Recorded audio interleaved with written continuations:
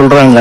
கொஞ்சம் வளர்ந்ததுக்கு அப்புறம் அல்லது வயசுக்கு வந்ததுக்கு அப்புறம் அண்ணனும் தம்பியும் அங்க என்ன பேச்சு, ஏன் இந்த ட்ரெஸ் போடுற, இப்படி இரு, அசிங்கப்படுத்திடாத அப்படிங்கிறான்.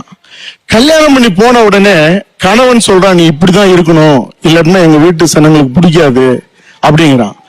கொஞ்சம் ஒருவேளை மீறிட்டா மாமனாரு மாமியாரு சுற்றம் எல்லாம், உன் வீட்டுல அப்படி இருந்திருக்கலாம், ஆனா இங்கெல்லாம் ஆகாது, நீ இப்படிதான் இருக்கணும் அப்படிங்கிறான்.